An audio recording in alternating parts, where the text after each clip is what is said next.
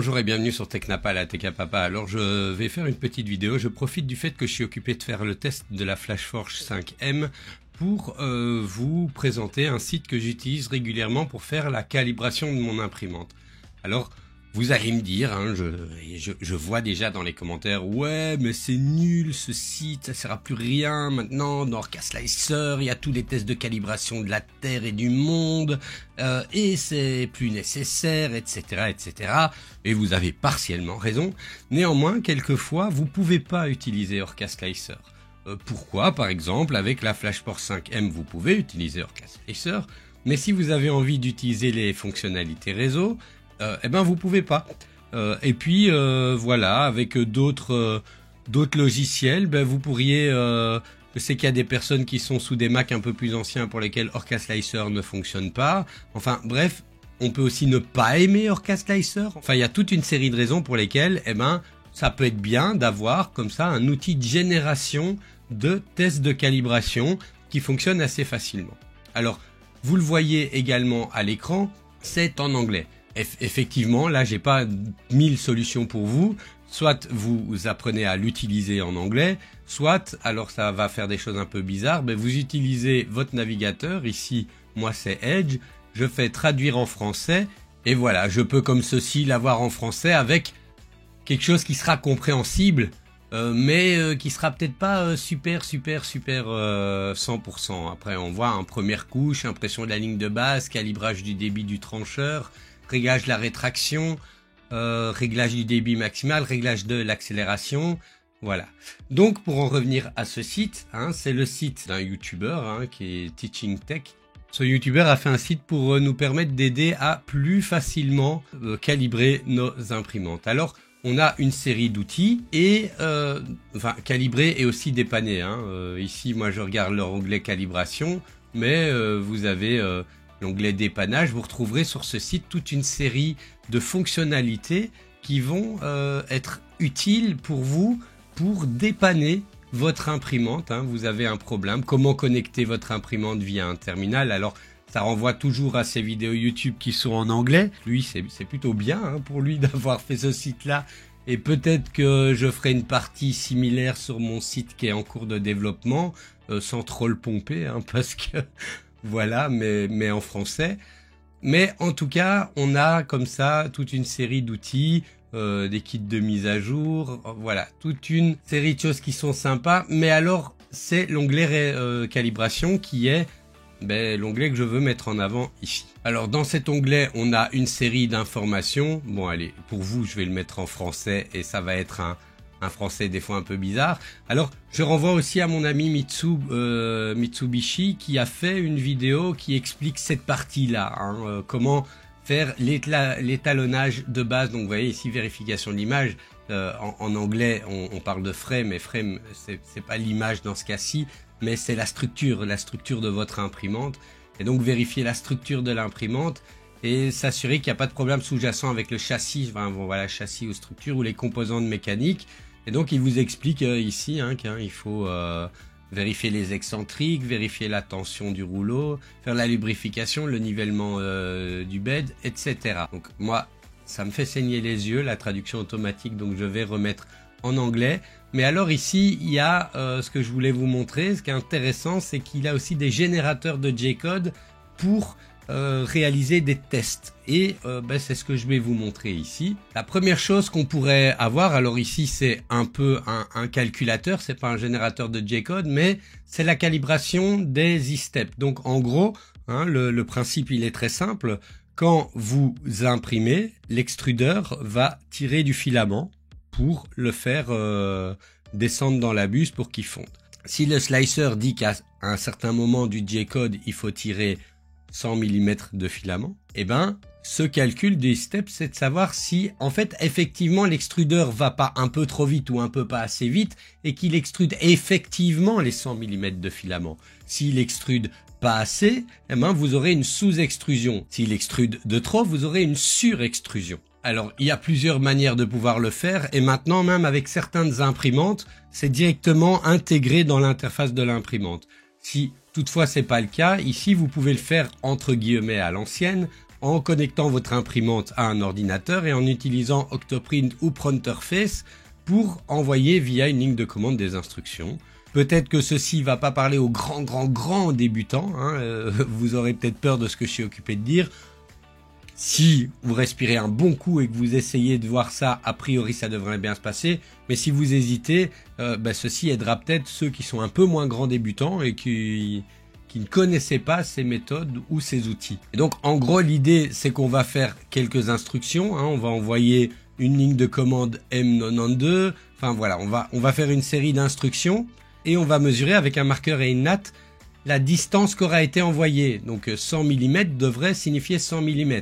Et donc en fait ici dans cet onglet, ce qui est intéressant à noter, c'est que imaginons que avec la commande M92, hein, on voit ici, on a fait la commande M92 et on voit que l'e-step, hein, il le montre sur l'image, était réglé à 93. On vient mettre 93 ici. Et puis lui dans l'exemple ici, il a imprimé une partie du filament et au lieu d'avoir 100 mm d'extrudé, il a 120 mm, donc il a un surplus de 20 mm. Et il vient mettre ici les 20 mm, et en cliquant sur calculer, il génère ici la commande à devoir indiquer via le terminal dans votre imprimante pour qu'en fait, il adapte la vitesse de l'extrudeur pour que 100 mm corresponde vraiment à 100 mm qui est extrudé.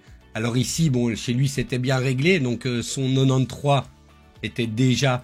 Donc normalement, si l'extrudeur fonctionne sans aucun problème avec une vitesse qui est parfaite, on serait à 100. Ici, comme il extrude plus, il faut diminuer un peu la vitesse de l'extrudeur. Donc il est à 93. Mais imaginons que, je sais pas, moi j'ai 112 mm et je mets 12, l'e-step serait à 86,11 et il génère la commande que vous copiez alors et que vous collez. Donc ça c'est un des premiers outils. Alors c'est un outil qui est peut-être un petit peu plus compliqué, mais il y a d'autres outils. On a un outil pour générer un G-code pour la première couche. Alors le principe général, c'est de pouvoir se dire, tiens, ok, j'adapte mon Z, hein, je le fais avec la feuille, sans la feuille, avec un auto-leveling, enfin ça dépend de votre imprimante. Et puis j'ai envie de voir le résultat. Alors si vous attendez d'avoir fait un gros print pour vous rendre compte qu'en dessous le résultat est pas super cool, c'est pas génial. Et il faut pas utiliser beaucoup de filaments pour ça. Donc il y a des petits tests qui existent et vous pouvez en trouver sur Printable, sur Thingiverse, enfin sur tous les sites. Mais bon, vous pourriez aussi générer un G-code grâce à ce site qui va correspondre à votre imprimante. Et c'est ça l'intérêt de ce site, c'est que les G-codes qu'il génère, ils correspondent à votre imprimante. Alors comment ça se passe? On vient ici Scroll to G-code Generator et vous commencez par mettre des informations. Alors ce qui est bien, c'est que si vous faites différents tests, il va se souvenir de vos informations. Premièrement, moi ici je suis avec la FlashForge.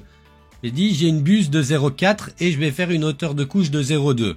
Ok, super. Alors imaginons qu'on aurait envie d'avoir des commandes additionnelles dans notre G-code de départ, hein, et ça dépend de votre imprimante. Ça c'est, si vous n'êtes pas à l'aise, ne mettez juste rien. Par exemple, on entend beaucoup avec la Bambu Lab et tout ça maintenant, c'est de régler son facteur K, hein, donc le Linear Advance, et ça nous permet d'avoir ici une instruction M900 suivie du K et du facteur en question. On pourrait le rajouter ici. Mais vous êtes grand débutant, ça vous inquiète de chipoter à ça, ne chipotez pas. On a après la question de l'auto-bed leveling. Est-ce que votre imprimante a un auto-bed leveling ou non? Si vous n'avez pas d'auto-bed leveling, donc s'il n'y a pas je sais pas moi, un BL Touch ou un capteur inductif, enfin voilà, vous mettez qu'il n'y en a pas. S'il y en a un, vous choisissez en fonction de ce que vous avez. Alors la plupart, ça va être de lancer une instruction G29.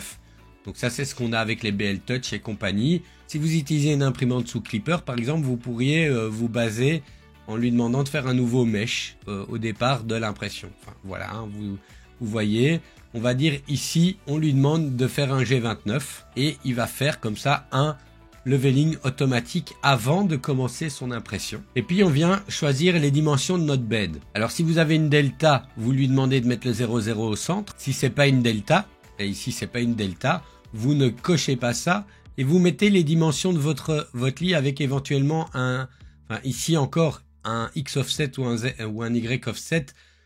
c'est si vous voulez mettre des marges de sécurité, si par exemple vous mettez des clips, il y a des imprimantes qui ont encore des beds dans lesquels on met des clips.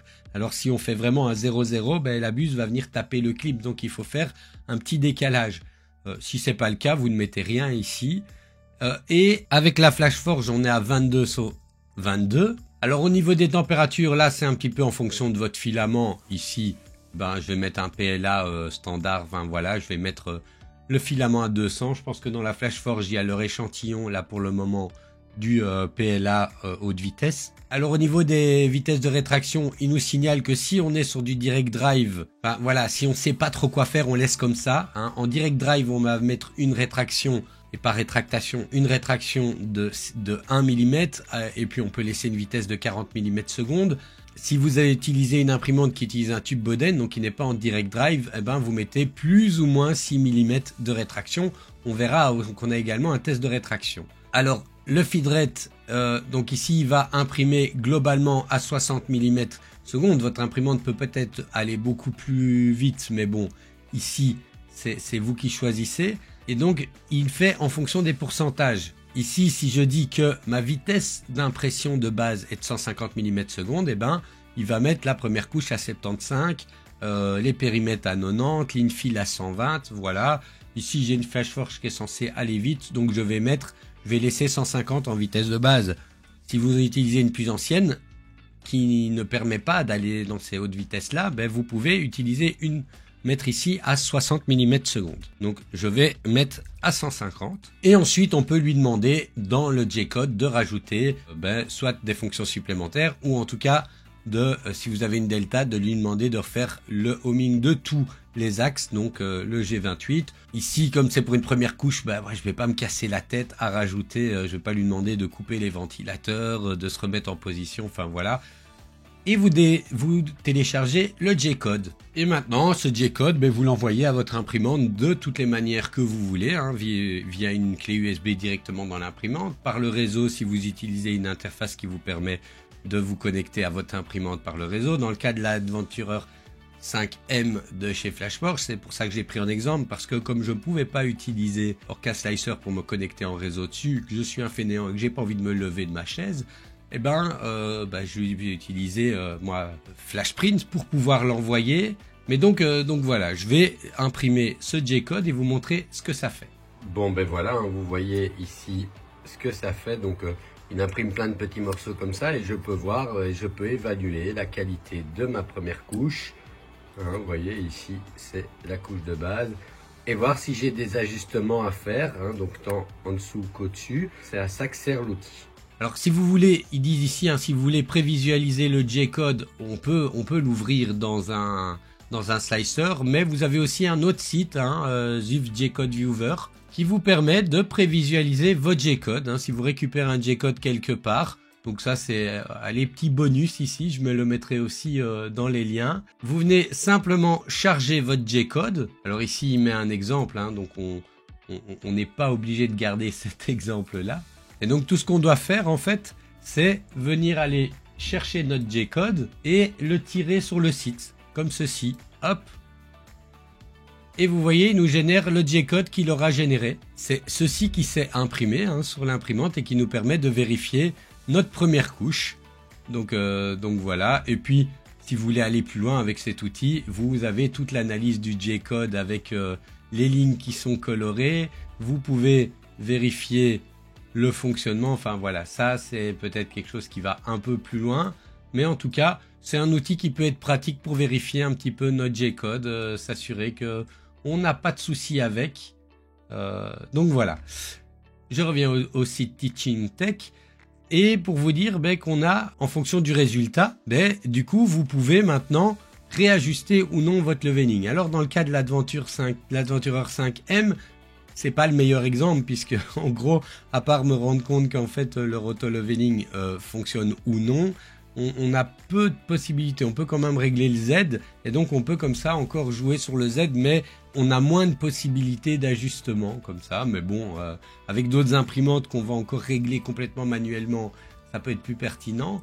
Et donc je disais, ça c'est un outil, mais il y a d'autres outils. On a ici la Baseline Print qui est en fait un outil et ça va vous générer un G-code qui permet de faire quelque chose qui soit, qui va vous permettre de comparer avant des grandes modifications. Donc on base sur le cube XYZ, vous l'imprimez une fois, voilà, vous générez un fichier et puis vous faites vos modifications, vous réimprimez un deuxième et vous voyez la différence. Donc voilà, ça c'est un premier outil.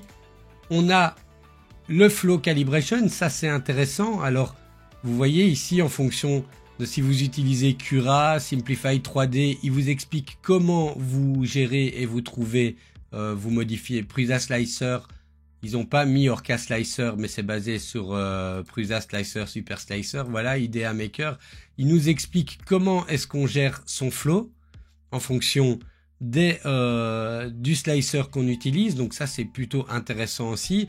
Et donc après, on a un calculateur ici en fonction de notre slicer au type de slicer pour trouver les bonnes valeurs. Donc comme je le disais, on a soit des générateurs de G-code, soit des calculateurs. Alors ici, le tuning des steppers du moteur, ça c'est peut-être un petit peu avancé, je vous laisserai regarder. Mais on a la tour de température et ça c'est pas mal parce que je sais que moi au début j'avais commencé à essayer de le faire et c'est pas toujours évident. Dans Cura, l'outil, il y a des plugins qui permettent de le faire un peu automatiquement, mais bon voilà, on est toujours dans cette logique. Et donc si je viens ici, donc l'idée c'est de générer une tour de température qui nous permet de nous dire tiens, est-ce qu'on imprime une bonne température ou non. Et donc si on revient au G-code générateur, on garde, vous voyez, il a gardé les dimensions que j'ai utilisées dans la vidéo, dans l'exemple précédent. Et donc, je peux ne pas modifier grand-chose. Hein. Donc ici, j'ai mon G29 pour l'ABL. Et je viens mettre les mesures de température que je veux en fonction de mon imprimante et en fonction du filament surtout que je vais utiliser. Donc je peux dire oui, par 290 à 210 parce que là c'est un PLA, c'est pas plus mal. Mais si vous êtes sur un filament qui nécessite autre chose, des plus grandes valeurs, vous venez modifier les valeurs ici. Alors ici maintenant on a l'utilisation ou non. Alors ici, on a ou non l'utilisation de la ventilation. On peut lui demander de commencer à partir de la couche 2, couche 3, couche 5 et mettre son pourcentage. Et là encore, on est dans les mêmes options que ce qu'on avait vu dans l'exemple précédent. On télécharge notre G-code et après, il nous explique, on a la vidéo, mais il nous explique ici comment interpréter notre résultat. Voilà, donc ça, c'est vraiment pas mal comme outil. Et vous imprimez ce petit exemple et puis en fonction de vos résultats, vous voyez, vous savez que celui qui est le plus propre c'est la ligne B. La ligne B c'est à 200 degrés, donc voilà, c'est à 200 degrés que vous devez imprimer. Ce qui est intéressant aussi, et c'est pour ça que je trouve que cet outil est vraiment bien fait. Et n'hésitez pas à le mettre en français, encore je le rappelle via la traduction automatique. Mais ce qui est intéressant c'est il vous donne l'objectif du test, mais il vous dit aussi quand est-ce qu'il est nécessaire. Par exemple, ici, il dit ce test de calibration, c'est chaque fois qu'on change notre hot end, quand on essaye un nouveau filament, une nouvelle marque. Donc voilà, donc ça, je trouve ça vraiment bien. Alors, le test de rétraction, ça c'est quelque chose qu'on a souvent besoin de faire aussi, en tout cas quand on calibre une imprimante pour la première fois, mais quand on utilise aussi de nouveaux filaments, on est encore sous le même principe. Il nous explique ici où est-ce qu'on va régler les paramètres de rétraction en fonction de nos slicers. Voilà, dans Simplify 3D, on a tel paramètre à mettre et il nous explique ce que ça fait. Et après, on peut générer notre G-code en fonction des paramètres. Encore une fois, il retient tous les paramètres et il nous donne les conseils. Alors, si vous ne touchez à rien, vous aurez déjà une bonne base. Et il nous dit, si vous avez une imprimante qui utilise un tube Bowden, vous faites des incrémentations de 0,5 à 1. Si c'est une imprimante qui utilise un direct drive, vous faites des incrémentations de 0,1 à 0,2. Ici, on voit que l'exemple, on est sur un direct drive, donc on va commencer avec une rétraction à 1, qui est la partie supérieure de la tour, et on va augmenter notre distance de rétraction par des pas de 0,2, progressivement, voilà. On pourrait faire varier ou non la vitesse. Alors, c'est bien de faire plusieurs tours pour tester les paramètres. Par exemple, vous faites ici un paramètre, mais à vitesse constante, et vous voyez ce qui est mieux. Et puis après, en fonction, vous voyez que vous êtes à 1,2, là, après, vous faites un G-code où vous modifiez un petit peu les paramètres. Et en fonction de ça, vous affinez jusqu'à avoir votre rétraction parfaite. Et encore une fois, il vous explique comment analyser et lire. Alors soit vous regardez la vidéo mais elle est en anglais, soit vous lisez ici les informations qu'il donne. Enfin voilà, vous voyez toute une série d'outils qui sont intéressants pour vous, donc notamment l'amélioration de l'accélération, comment la calibrer et obtenir quelque chose de vraiment nickel. Le Linear Advance, donc ce fameux facteur K. Enfin voilà. Ce qui est bien aussi, c'est que si vous avez un problème avec votre impression, n'hésitez pas à venir sur ce site et regarder, parce que il vous montre quand même chaque fois. Ah mais tiens, oui, moi j'ai ce problème-là sur mon... C'est ça mon problème. Alors ça veut dire que c'est ça qu'il faut que j'ajuste, je suppose. Donc un site que je recommande pour vraiment avoir un contrôle complet sur la calibration de votre imprimante. Donc c'est tout pour cette vidéo. Dites-moi si vous l'avez trouvée intéressante, la vidéo ou le site en lui-même, hein, si vous utilisez d'autres méthodes, si vous trouvez que cette méthode-là est dépassée. Enfin, n'hésitez pas, restez constructif, hein, sinon je risque de mordre. Mais sinon, n'hésitez pas à faire tous les commentaires, qu'ils aillent dans le sens de ce que j'ai dit ou dans un sens contraire. Il n'y a aucun souci. Allez, je vous remercie d'avoir regardé. N'oubliez pas le pouce like, etc., etc., etc. Et je vous dis à la prochaine.